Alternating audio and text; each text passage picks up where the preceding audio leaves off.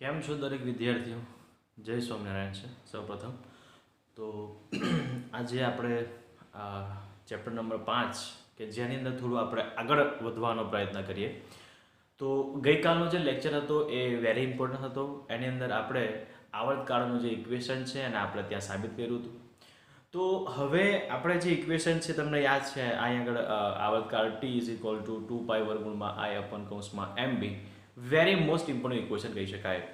અને than after હવે આપણે જે જોવાના છે એની અંદર એક હેડિંગ મારેલું છે યાર, સમાન ચુંબકીય ક્ષેત્રની અંદર જેમ તમે ડાયપોલ અથવા તો જે તમારું સોય છે અથવા તમારો ગજ્યો ચુંબક છે એને મૂકો છો તો શું એની અંદર એની પોઝિશન ચેન્જ થાય છે, એની સ્થિતિ કંઈક ચેન્જ થતી હોય, અને જો સ્થિતિ કંઈક ચેન્જ થતી હોય તો ત્યાં તમારી સ્થિતિ ઉર્જાનો ડિફરન્સ તમને જોવા મળે. તો એ સ્થિતિ ઉર્જાનો ડિફરન્સ આપણે ઓલરેડી જે ચેપ્ટર નંબર 1ની અંદર આપણે ત્યાં જોઈ ચૂકેલા હતા. સ્થિતિ ઉર્જા વિશે થોડી વાત થયેલી, સોરી ચેપ્ટર નંબર 2ની અંદર. તો એ દરમિયાન તમને યાદ છે કે જ્યારે વિદ્યુત ડાયપોલને સમાન વિદ્યુત ક્ષેત્રમાં મૂકવામાં આવે તો એની ઉપર મળતી તમને સ્થિતિ ઉર્જા તમને યાદ છે, અને એ સ્થિતિ ઉર્જા તમારી કેટલી આવતી? તો બોલો કેટલી આવતી? તો Pe cos θ આવતી. ક્લિયર થાય છે? તો એવું જ ઇક્વેશન આપણે આગળ સાબિત કરવાના છે, અને એ ઇક્વેશન તમારું રહેશે આગળ mb cos θ. ક્લિયર છે? તો વાત એ કરીએ તો અહીંયા આગળ તમને કીધું છે, સિમ્પલ છે, કોઈ વાત નથી. આના પછીનો જે ટોપિક છે એની અંદર હું તમને કમ્પેરિઝન કરાવવાનો છું. વિદ્યુત ક્ષેત્ર, ઇલેક્ટ્રોસ્ટેટિક અને મેગ્નેટિઝમ જે ચુંબકત્વ છે એની અંદર જે ઇક્વેશન આવ્યા ને એ કોમન ઇક્વેશનનો આપણે અહીંયા આગળ યુઝ કરવાના છે. ક્લિયર છે? તો અહીંયા તમને હેડિંગ છે કે ભાઈ સમાન ચુંબકીય ક્ષેત્રમાં તમે કોઈ ગજ્ય ચુંબક મૂકો તો એની સ્થિતિ ઉર્જા શું થાય? તો પહેલા ફિગર જોઈએ. સપોઝ માન લો કે આ જે ડોટ લાઈન છે, આ ડોટ લાઈન એ તમારું ચુંબકીય ક્ષેત્ર છે. આ જે ડોટ લાઈન છે એ તમારું ચુંબકીય ક્ષેત્ર છે. પણ કેવું ચુંબકીય ક્ષેત્ર છે? સમાન ચુંબકીય ક્ષેત્ર છે, યુનિફોર્મ ચુંબકીય ક્ષેત્ર છે, એની વેલ્યુ બદલાશે. સપોઝ માન લો કે તમારી પાસે કોઈ આ એક મેગ્નેટ છે, સપોઝ માન લો, અથવા તો તમે ગજ્જુ ચુંબક માન લો કે જેની S અને N ધ્રુવ છે. તો આ જે ચુંબક છે એનો જો મેં અક્ષ વિચારું તો આ અક્ષ મને જોવા મળે કે આ રીતે. હવે ધ્યાનથી જોવા જાય તો જે મારું ઇક્વેશન આવતું તો કે ભાઈ mb sin θ લઈ લો, તો જે થીટા જે છે એ કોના વચ્ચેનો એંગલ છે? તો એ એંગલ કોના વચ્ચેનો છે? તો એ એંગલ m અને b વચ્ચેનો એંગલ છે. એ એંગલ કોના વચ્ચેનો છે? તો m અને b વચ્ચેનો એંગલ છે. તો હું તમને વાત કરું, થોડી આગળ માહિતી લઈ જઈએ કે તમે જ્યારે ભણતા તમે શું ભણતા કે સપોઝ માન લો મારી પાસે કોઈ આ એક પદાર્થ છે, અને આ પદાર્થ છે એ કોઈ રસ્તા ઉપર પડેલો છે, અને જેની ઉપર એનું દળ છે એ m જેટલું દળ છે. હવે આ પદાર્થને મારે આ બાજુ લઈ જવો છે, તો શું કરીશ? મેં એને આ બાજુથી કંઈક ફોર્સ આપીશ તો એ પદાર્થ છે એ લગભગ x જેટલું સ્થાનાંતર કરશે, અને એ પદાર્થ છે પાછો અહીંયા આગળ પહોંચી જશે. ક્લિયર થાય છે? તો આપણે જે અહીંયા આગળ જે ફોર્સ લગાડવામાં આવ્યો તો એ ફોર્સ કયો છે? તો એ ફોર્સ તમારો રેખીય ફોર્સ છે. અને જો રેખીય ફોર્સ હોય તો તમને ઇક્વેશન ખબર છે કે F શું થાય? તો ma થાય. અને એ જગ્યાએ તમે બીજી વસ્તુ જોવા જાઓ તો તમને યાદ છે કે જ્યારે આ પદાર્થ m અહીંયા આગળ હતો તો હવે એની પોઝિશન પહેલા 1 નંબર હતી, હવે સેકન્ડ પોઝિશન ઉપર છે. તો એની પોઝિશન, એની સ્થિતિ ચેન્જ થઈ હોવાથી તમે કહી શકો કે કંઈક કામ થયું છે, કંઈક કાર્ય થયું છે. તો એ કાર્ય કેટલું આવશે? W F.x આવશે. કેટલું આવશે? F.x આવશે. તો આ તમારું શું થાય છે? કંઈક કાર્ય થાય છે. મતલબ કે પોઝિશન ચેન્જ થઈ, સ્થિતિ ચેન્જ થઈ, તો એ વસ્તુ શેમાં કન્વર્ટ થઈ ગઈ? તો એ ઉર્જામાં કન્વર્ટ થાય છે. અને કઈ ઉર્જા? તો એ સ્થિતિની ઉર્જાના ફોર્મમાં કન્વર્ટ થઈ જાય છે. તો એવું જ શું આ ફિગરમાં જોવા મળે છે? તો લેટ્સ મે એક્સપ્લેન યુ. તો શું છે કે મારી પાસે સપોઝ માન લો આ મેગ્નેટ છે, આ મારી પાસે કોઈ ગજ્યો ચુંબક છે. મેગ્નેટિક ફિલ્ડ કેવી છે? આ બાજુ જાય છે. સમાન છે, એની વેલ્યુ બદલાતી નથી. તો મારું જે મેગ્નેટ છે મને યાદ છે કે એ ઘૂમવાનું છે. ક્લિયર થાય છે? અને જો એ ઘૂમે તો એના જે એંગલ છે સ્ટાર્ટિંગમાં 0 છે, એંગલ વધે છે 90 થાય છે, 180 થાય છે, 270 થાય છે અને છેલ્લે પાછું 360 થાય છે. અહીંયા આગળ એંગલની અંદર વેરિએશન આવે છે. તમારો જે ચુંબક છે તો એની એ જ જગ્યાએ. તો જોવા જવું તો રેખીય કાર્ય છે એ તો થતું જ નથી, રેખીય કાર્ય થતું નથી. પરંતુ અહીંયા આગળ તમે જોવા જાવ તો એનો એંગલ છે, એની પોઝિશન જો ચેન્જ થાય છે અને જો પોઝિશન ચેન્જ થાય તો ડિયર યાદ કરો કઈ ઉર્જા આવશે? તમારી સ્થિતિ ઉર્જા આવશે. એનો મતલબ કે આ જે મેગ્નેટ છે જ્યારે ઘૂમશે આ રીતે તો એની અંદર સ્થિતિ ઉર્જા ઓલવેઝલી સ્ટોર થવાની છે. ક્લિયર થાય છે? હવે ધ્યાન રાખીએ અહીંયા આગળ તો શું કહી શકાય? તો આપણે જોઈએ કે સપોઝ માન લો કે આ આકૃતિમાં દર્શાવેલ ગજિયા ચુંબકની સ્થિતિ ઉર્જા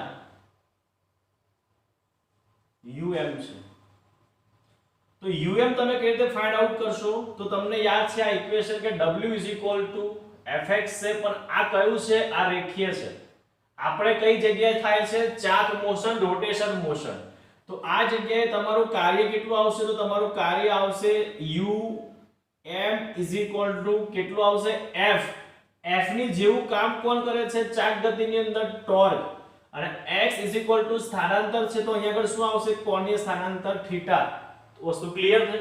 પણ સપોઝ માન લો પરંતુ તમારો થીટા એ ખૂબ જ સૂક્ષ્મ છે લેતા, તો તમારી જે આ ઉર્જા છે, ઉર્જા કેટલી આવશે? તો d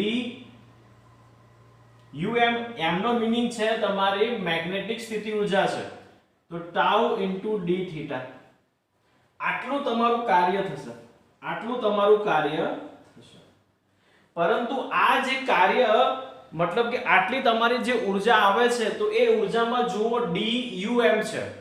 મીન્સ કે તમે એક નાના એંગલ, તમે એક નાના કોણીય સ્થાનાંતર ઉપર તમે આ વસ્તુ ચેક કરેલી છે.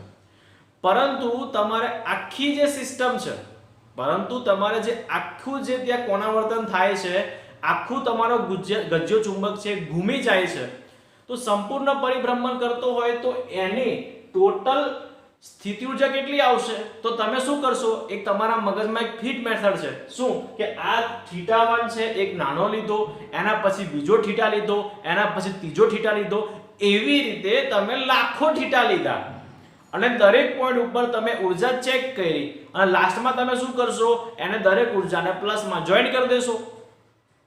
ક્લિયર થાય છે? તો પણ આપણે કોણ છે? તો આપણે 12 સાયન્સના વિદ્યાર્થીઓ છે. તો આપણી પાસે માઇન્ડ તો છે જ કે શું છે કે સર તમે જીના ભાગ તો કરો, પણ ભાગ કર્યા પછી એને શું કરશું? ઇન્ટિગ્રેશનમાં જોઈન કરી દેશું. ઇન્ટિગ્રેશન મતલબ સંકલન. સંકલનનું કામ શું છે? તો કે દરેક જે નાના ભાગો તમે પાડ્યા એનો તમે સરવાળા સ્વરૂપે તમને એની ગણતરી તમને કરી આપે. તો આપણે શું કરશું? અહીંયા આગળ સંકલનનો યુઝ કરી લેશું. તો અહીંયા આગળ શું કરશું? બંને બાજુ સંકલન કરતા તો શું આવશે ડિયર સ્ટુડન્ટ્સ? ધ્યાનથી જોજો. તો integration dum integration tau d theta. Sir બાજુમાં જતા રહીએ તો અહીંયા આગળ આવશે આનું શું આવશે? dum નું શું આવશે? યાદ છે? dy નું શું આવે? y આવે. dz નું શું આવે? z આવે. dx નું શું આવે? x આવે. એ જ પ્રમાણે dum નું શું આવશે? um આવશે. um તમારી સ્થિતિ ઉર્જા. Integration what is a tau? tau નું ઇક્વેશન શું આવશે તમારું? તો tau mb અને mb sin theta into d. આ તમારું ઇક્વેશન છે. તો યાદ છે સંકલનનો નિયમ કે આ જે સંકલન થઈ રહ્યું છે એ કોની સાપેક્ષે થઈ રહ્યું છે? તો d થીટા ની સાપેક્ષે થઈ રહ્યું છે. જો d થીટાની સાપેક્ષે સંકલન થાય તો થીટા વાળા જે સ્ટેપ છે એ સંકલનની અંદર રહે અને બાકીના જે અનનોન જે સ્ટેપ છે એ બધા શું આવી જશે પોતે બહાર આવી જશે મતલબ કે જે mb છે એ પોતે ત્યાંથી બહાર નીકળી જશે સંકલનમાંથી તો mb integration sin θ * d θ clear તો તમને યાદ છે mb sin θ નું શું થાય તો યાદ છે સર -cos θ શું થાય -cos θ ઇઝ ઇક્વલ ટુ તમારું ઇક્વેશન શું બનશે mb mb cos θ આ તમારે શું આવ્યું તમારી સંપૂર્ણ ગજ્યા ચુંબકની સ્થિતિ ઊર્જા તમારી સામે છે શું છે um mb cos θ ક્લિયર છે આટલી વસ્તુ કોઈ જ નવું નથી એકદમ સિમ્પલ છે શું આવ્યું um mb cos θ ફિનિશ તો હવે આના જે કેટલાક અગત્યના કિસ્સાઓ વિશે વાત કરીએ અગત્યના કિસ્સાઓ જે પૂછાય છે એક્ઝામમાં IMP છે તો પહેલો કિસ્સો વિચારો કે અહીંયા આગળ જે ઊર્જા આવી um mb cos θ તો જે થીટા જે છે એ કોના વચ્ચેનો એંગલ છે ડિયર સ્ટુડન્ટ્સ બહુ ગરમી થાય છે મને તો થાય છે ભાઈ ઓકે ડિયર કન્ફર્મ છે આમાં કોઈ ડાઉટ હોય તો મને સેજ પૂછી લેવું તો આપણે હવે થોડા અગત્યના જે કિસ્સાઓ છે એ કિસ્સા તરફ આપણે જઈએ તો અગત્યનો કિસ્સો જોઈએ એમાં પહેલો તો um what mb cos θ cos θ કોની વચ્ચેનો એંગલ છે તો સર m અને b વચ્ચેનો એંગલ છે કન્ફર્મ ડન પહેલી વાત કરીએ સપોઝ માન લો કે જે m અને b વચ્ચેનો એંગલ છે θ = 90 ડિગ્રી સપોઝ માન લો 0 ડિગ્રી સ્ટાર્ટિંગ કરીએ 0 ડિગ્રી તો 0 ડિગ્રી હશે તો તમારો જે ગજ્યો ચુંબક છે એની અંદર સંકળાયેલી સ્થિતિ ઊર્જા શું હશે મેક્સિમમ હશે મિનિમમ હશે કે શૂન્ય હશે તો લેટ્સ ચેક શું કરશો અહીંયા આગળ કે ભાઈ θ = 0 તો કોઈ પ્રોબ્લેમ નહીં ઇક્વેશન મારી પાસે શું છે તો um mb cos θ અને θ ની વેલ્યુ કેટલી છે તો મારી પાસે 0 છે તો -mb cos 0 અને cos 0 ની વેલ્યુ તમને ખબર છે કેટલી આવે છે ડિયર 1 આવે છે તો શું આવશે આગળ -mb તો um તમને કેટલા મળ્યા -mb તો અહીંયા આગળ શું ચર્ચા નીકળી આવે છે કે જ્યારે તમારું જે તમારો જે ગજ્યો ચુંબક છે એ ચુંબકીય ક્ષેત્ર રેખાને સમાંતર થઈ જાય મીન્સ વોટ કે આ જે ફિગર છે તો આ તમારો જે દેખાય છે ગજ્યો ચુંબક એ કેવી રીતે થઈ જાય આ રીતે મતલબ કે એની અંદર કોઈ પણ પ્રકારની ક્ષેત્ર રેખાઓ એને છેદે નહીં પોઈન્ટ પકડવામાં આવે છે તો એ દરમિયાન જેને પ્રારંભિક પોઝિશન કહેવાય કે જેનો θ = 0 છે તો એ કેવો છે તો એ સ્ટેબલ છે કેમ સ્ટેબલ છે કારણ કે આ જે ચુંબક છે એમાંથી જે આ વિદ્યુત ક્ષેત્ર રેખાઓ જે પસાર થાય છે એમના વચ્ચેનો એંગલ કેટલો છે 0 છે ક્લિયર થાય છે અને જો એ 0 હોય તો તમને એનર્જી કેટલી મળે છે -mb તો અહીંયા આગળ તમે કહી શકો કે આ અવસ્થા કેવી છે તો સ્થાયી અવસ્થા છે અવસ્થા કેવી છે સ્થાયી અવસ્થા છે પરંતુ તમારી જે પોટેન્શિયલ એનર્જી છે એ કેટલી મળશે તમને એકદમ લઘુત્તમ મળે કેટલી મળે એકદમ લઘુત્તમ y લઘુત્તમ આગળ શું છે માઈનસ પોઈન્ટ ક્લિયર ઠીક છે થોડો બીજો કિસ્સો વિચારી લઈએ આમાં કોઈ ડાઉટ હોય તો મને પૂછી શકો છો જરૂરથી બહુ સિમ્પલ છે સેકન્ડ કિસ્સો વિચારીએ કે જેમાં θ = 180 ડિગ્રી લઈ લો θ = કેટલો માનશો 180 ડિગ્રી તો ઇક્વેશન તમારી પાસે શું છે um -mb cos θ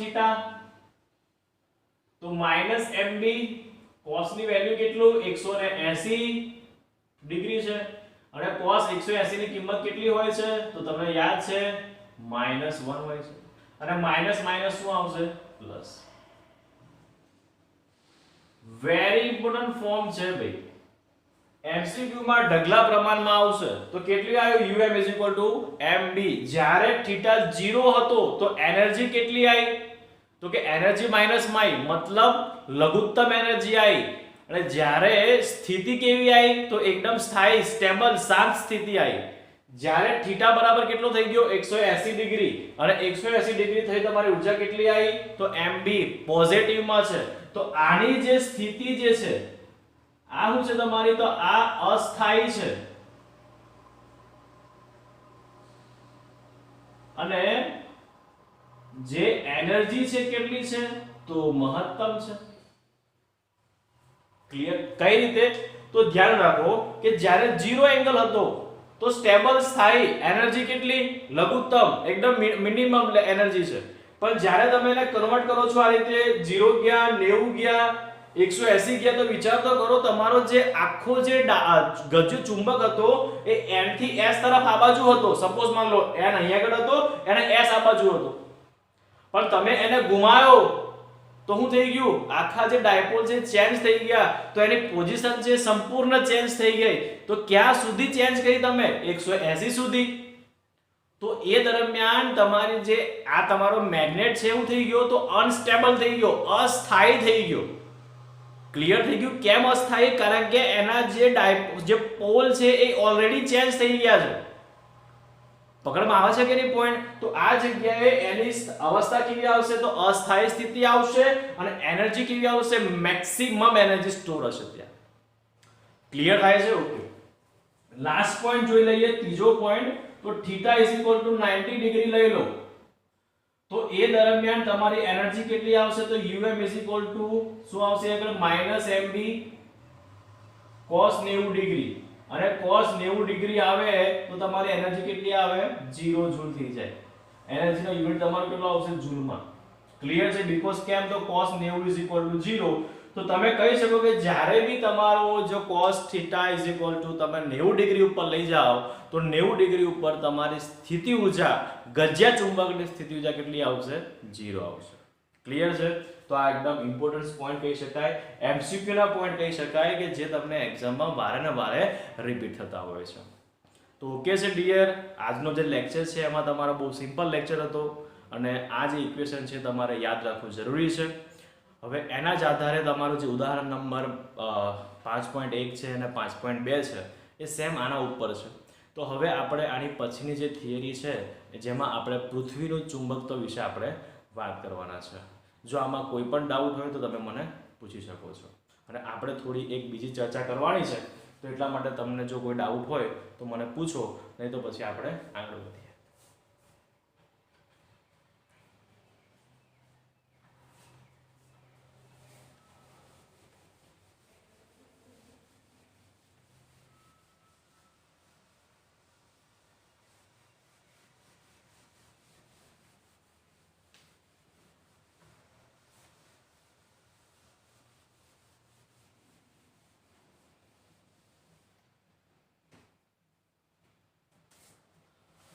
સર જોઈ લઈએ આપણે એક નાનો અમથો પોઈન્ટ છે ડિયર વિદ્યુત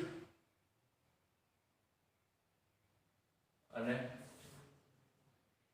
ચુંબકત્વ ના કેટલાક અગત્યના કિસ્સાઓ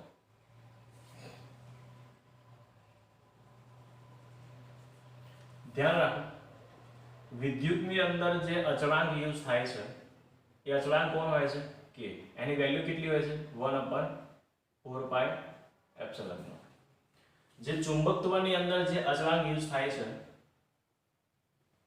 એ કયો હોય છે તમારો અચળાંક તો યાદ કરો શું હોય છે તો mu નોટ અપન 4 પાઈ કયો હોય છે તો mu નોટ અપન 4 પાઈ યાદ છે ડિયર આ વસ્તુ થોડું ધ્યાનમાં રાખજો ઓકે આ તમારો અચળાંક અહીંયા આગળ યાદ છે આ એપ્સિલોન નોટ છે મતલબ શૂન્ય અવકાશની પરમિટિવિટી અને આ તમારો શું છે mu નોટ છે આ શું શૂન્ય અવકાશની પરમિયાબિલિટી છે આ પરમિટિવિટી છે અને આ પરમિયાબિલિટી છે બીજું તમે શું કહી શકશો આ જગ્યાએ કે જે તમારું ઇક્વેશન આવે છે ફોર્સ વાળું F શું આવશે આગળ k q1 q2 r2 અહીંયા આગળ તમારું ઇક્વેશન શું આવશે F is equal to mu naught upon 4 pi q m1 અને q m upon r square. ત્રીજું ઇક્વેશન તમારું શું આવશે તો કે જ્યારે તમે કોઈ ડાયપોલ છે એ ડાયપોલની અક્ષ પર મળતું ઇલેક્ટ્રિક ફીલ્ડ કેટલી આવશે તો યાદ કરો અહીંયા આગળ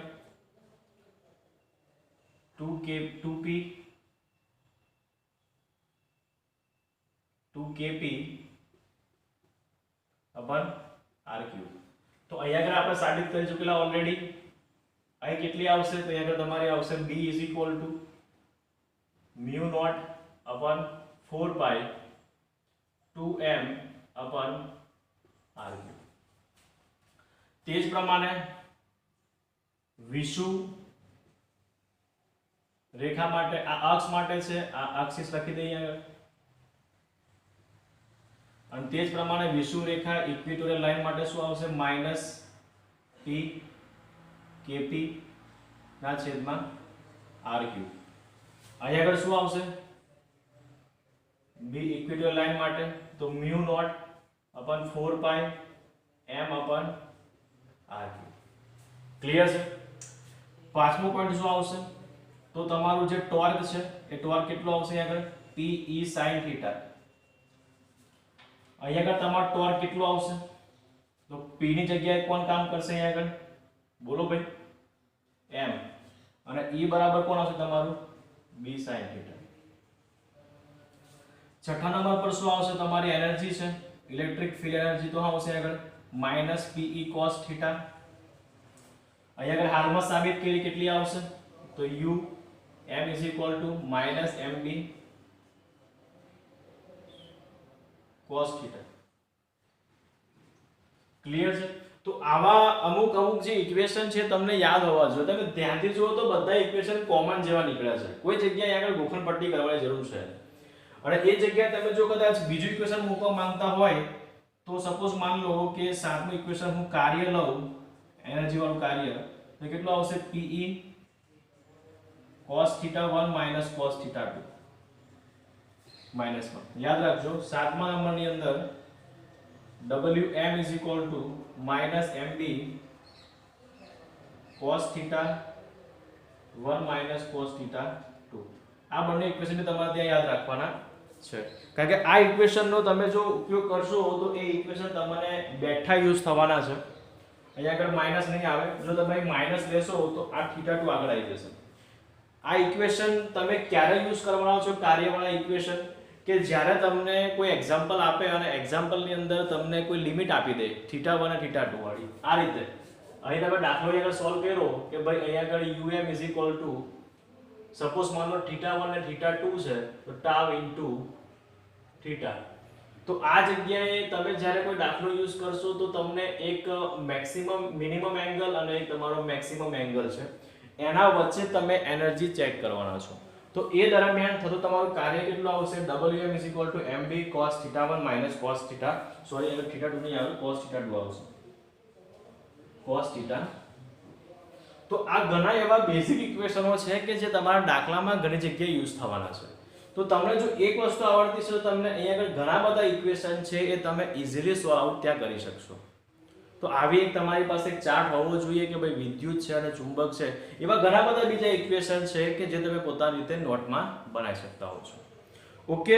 તો આજનો જે આપણો લેક્ચર છે આગળ આપણે એને એન્ડ કરીએ છીએ અને એના પછી જે આપણે વાત કરવાના છે એ છે આપણું પૃથ્વીનું ચુંબકત્વ. એનો મતલબ કે તમારું જે નેક્સ્ટ લેક્ચર છે પૃથ્વીના ચુંબકત્વ વિશે છે અને થોડો ઇમ્પોર્ટન્ટ લેક્ચર છે કારણ કે એના પછી જ તમને ખબર પડશે કે what is the angle deep શું છે તમારો કે એ જેમાં જે એંગલ છે 3 પ્રકારના એંગલ છે એ તમારે કઈ રીતે ફાઇન્ડ કરવાના છે નમન કોણ છે ડીપ એંગલ છે. તો એકદમ સિમ્પલ છે. તો એની વિશે આપણે વાત કરીશું આના પછી આ લેક્ચરની અંદર. તો ઓકે ડીયર. તો ત્યાં સુધી તમે આપ સૌ અને તમારા કુટુંબ છે એનું તમે ખાસ સંભાળ રાખો એવી જ સાથે જય હિન્દ સાથે વિદાય કરું છું.